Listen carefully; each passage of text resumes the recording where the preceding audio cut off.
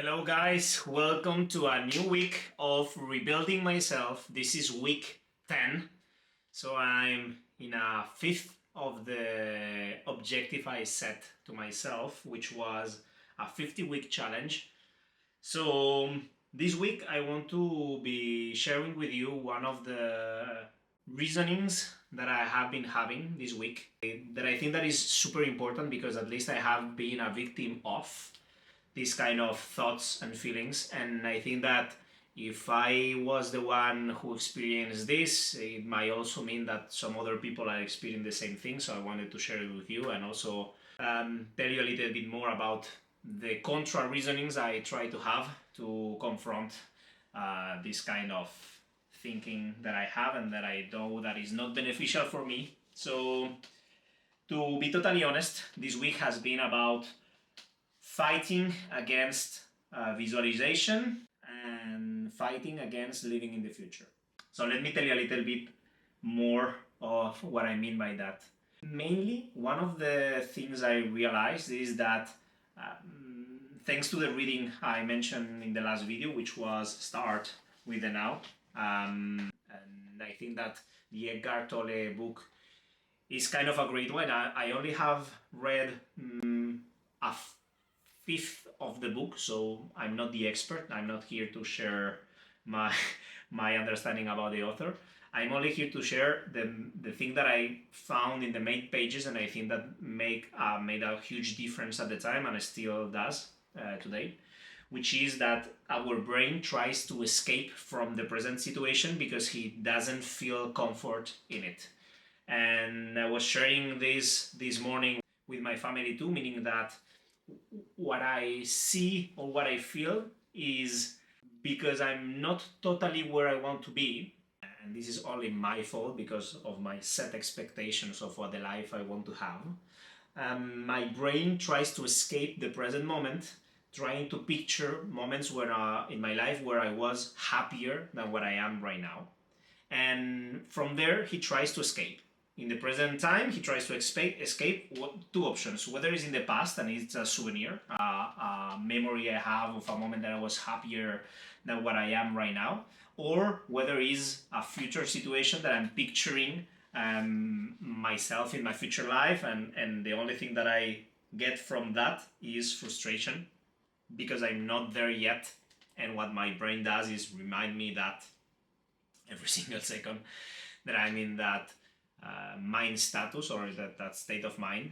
And this is something that is worrying me because my own experience is as someone who's really impatient, you cannot imagine how, historically, I'm trying to fight against that because it's a really bad and dark cocktail mix, putting together someone that is impatient with someone that has always tried to live in the future is really a bad combination, because the only thing I have got this week was truly a stressful week where I only felt that I wasn't doing enough. I spent hours and hours in front of the computer, and when I wasn't in front of the computer, the only thing I was feeling was anxiety because I wasn't doing everything I could, even though I was doing things that are also important, which is not everything is about being behind the computer typing code or doing social media.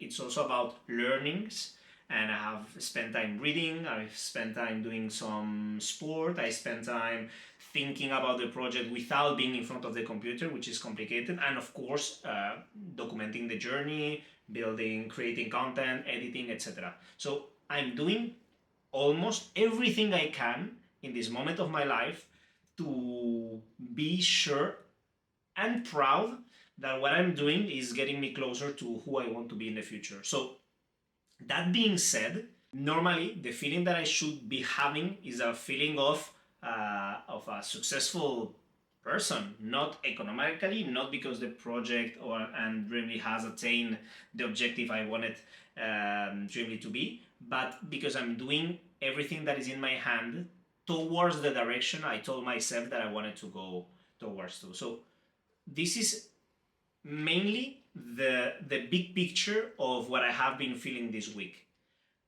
There's a side idea that comes to that, which is the kind of things I mentioned in the first videos about the things that I don't like about myself, and is not being a victim, but I think that sometimes we are too scared to say the things that are a reality, only because people are going to judge us.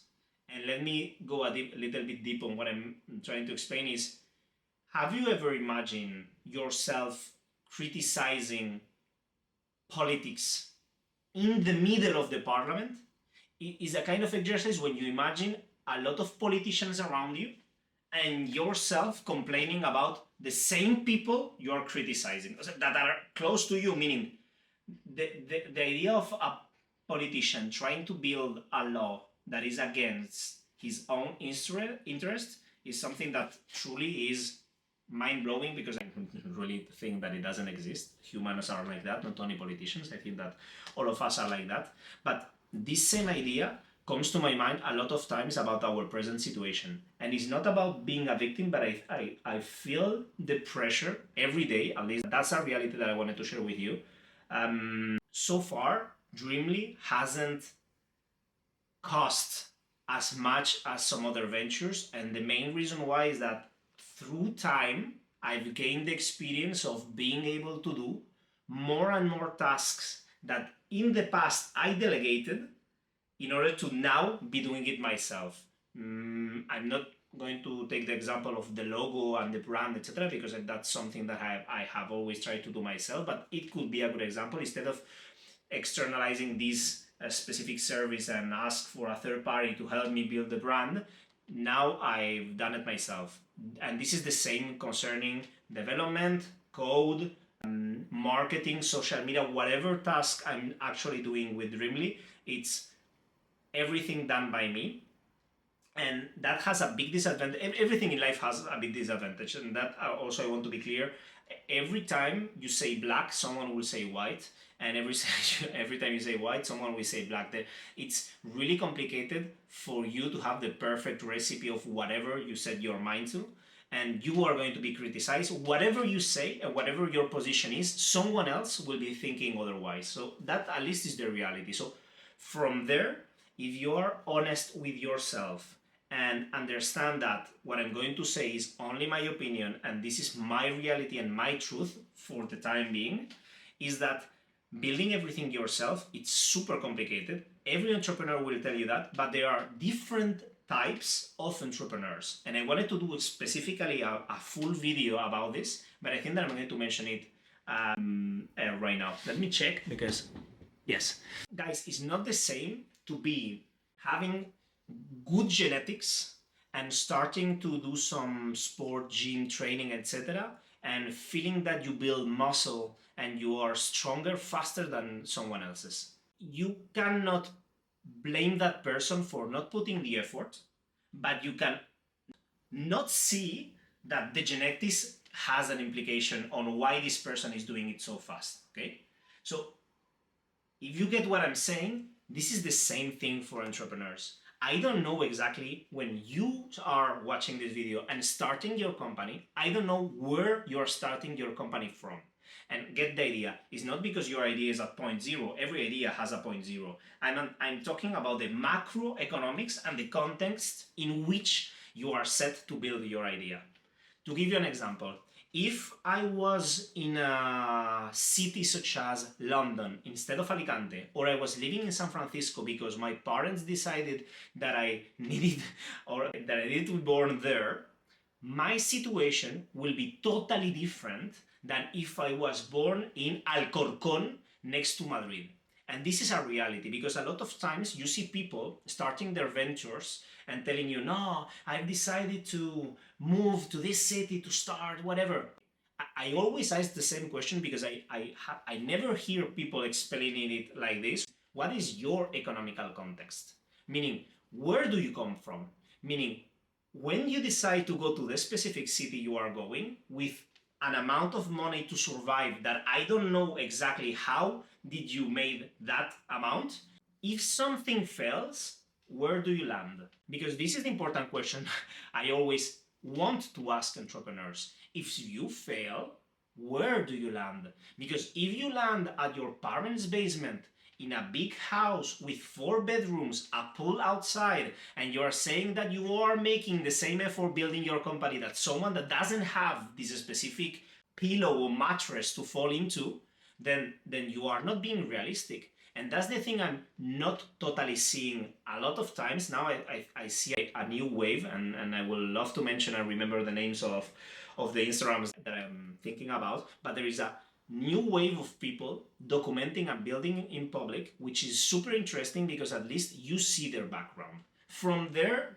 to be a reality or not, I'm not judging. At least they are showing it. And this for me means a lot because any entrepreneur watching this video, whether if it's from me right now or whether it's from one of those YouTubers, Instagrammers, TikTokers, etc., documenting their journey in public, they will be able to track exactly where this person started from. And this is for me super important because you cannot compare the same journey of two people having someone to land, which is much better one from the other, different resources, and the peace of mind of being able to say, I'm launching this company, because if I fail, I have whether my family that is going to help me, whether my family who's going to invest in me, whether my family who's going to back me, etc. And myself, I only have my mother and my sister in my family, meaning if I fail, it's only on me. So I tried to talk a lot of times with other entrepreneurs that are from different backgrounds in order for them to realize that the fact that they come from a nice family or a general nice background, I'm not saying wealthy, I'm saying general nice background. This is a huge advantage for them because they are not able to understand what a mentality of survival mode is for an entrepreneur that doesn't have nowhere to land. And this is what I love a lot of times when I talk about these YouTubers and TikTokers and Instagrammers creating their content and saying that they want to retire their parents. Because truth be said, you can have parents who are working class, earn nice their lives, have 2 houses and they are still working, and you want to retire them. Retirement will be the same for someone retiring with €1,000,000 in their account, and for yourself to say, hey, don't worry, you can stop working right now, I'm adding another million or I'm adding 10 millions to your account, is different than someone who has almost 100,000 euros for their whole life, and you are adding 1,000,000 or 10 million to it for them to retire. This will be the example of my mother. If I say that I'm retiring my mother, the economics of my family and my mother are not the ones of a lot of families that are retiring, because she needed to raise us as a solo mother, and our economics have been the ones of a family, and a normal family of 2 parents. It has been a family of 1 parent. So the effort that my mother did and the fact that I need to be retiring her is going to be much more complicated, and for me have more value than someone who at the end they could retire. They will live well, maybe not that well. So I think that this stress needs to be taken into account. Whoever you know that is starting a company, or even yourself watching this video, is super important that you are honest about your, how do you say it? About your, I was going to say surroundings, about where you come from. Let's say like this, about where you are born, and recognizing the elements you have in your life that are helping you be able to do this with less stress than someone who didn't have that. It's like the example we were said a lot of times when we were younger about comparing our childhood. Our parents did that a lot, but comparing our childhood to the little child in Africa who didn't have the same things we had when we were growing up. This is the same thing for me. It's really important that you get the whole picture from whoever you imagine or you want to follow their advice, their path, their story, their journey, or whatever. Always try to check all the facts, because I'm not criticizing. It's only important for them to say it out loud. Don't be lying to themselves about the fact that they were a little bit luckier than some other people, because if you take a bad example or you are choosing someone to follow and to really claim their advice, and their story is not the same that the one you have in your life, then the path you are going to take to reach the same point is going to be much harder for you. So you're going to be comparing yourself with someone you cannot compare to. It's like myself when I 4 or 3 years ago when I tried to go for a run and I didn't have the body to go for a run and I was comparing myself with other runners. This is the same thing when I go for a run right now and I see people who are fit since they are 11 because their family have gave them a good culture, good food, good environments, etc. This is magic for me because they are super lucky, and you have friends that I know in my group of friends who recognize these kind of things, and others that when you tell them so, they are like, no, but man, I'm really putting the effort. You are saying that what I'm doing is not as much as you are doing. This is not true, etc. So, guys, the only thing I want to say is don't be a victim. Only recognize the field you are playing in, because you can be talking about the same sport, but from the same sport to be in the same league, there are a lot of differences in different leagues. So this is the same example. Entrepreneurship and launching your company or starting to create content, it's super nice. You are talking about one sentence, but behind this sentence, you have a lot of inputs you need to check in order to make sure that the reality of this personage or this person is really the one you have, meaning you have the complete picture, and from there you can start judging whatever you want to judge. But at least you have the whole picture. So guys, if there's something I want to be super clear about, this weak feeling is not comparing yourself is super important. But if you are going to do so, compare the good elements. Because if not, the first thing you are going to do is have a bad comparison, you are going to get frustration, and then you are not going to move forward. So if you compare yourself, which I don't recommend, but I do it, so I need to solve also this regarding myself. You need to compete at least with your old self. But if you compare to others, at least check the facts. Check the reality and make sure that the picture you are getting, as they say, Instagram is not all reality, the picture that they show you is real. So at least this version you are seeing of me, with all the truth that I'm putting in front of this camera and that I'm sharing with you, you will know for sure that if I made it, which is the objective I have, and for me, making myself feel happier in my day-to-day is not about economic resources, it's not about the Porsche, it's not about all the materialistic things I thought that were going to make me happy, and I'm sure right now, even though I haven't them in my garage right now, that I know that they won't make me happy in the future. So at least I'm trying to fight for the good things. So guys, see you next week. Enjoy your Sunday. Thanks a lot for watching.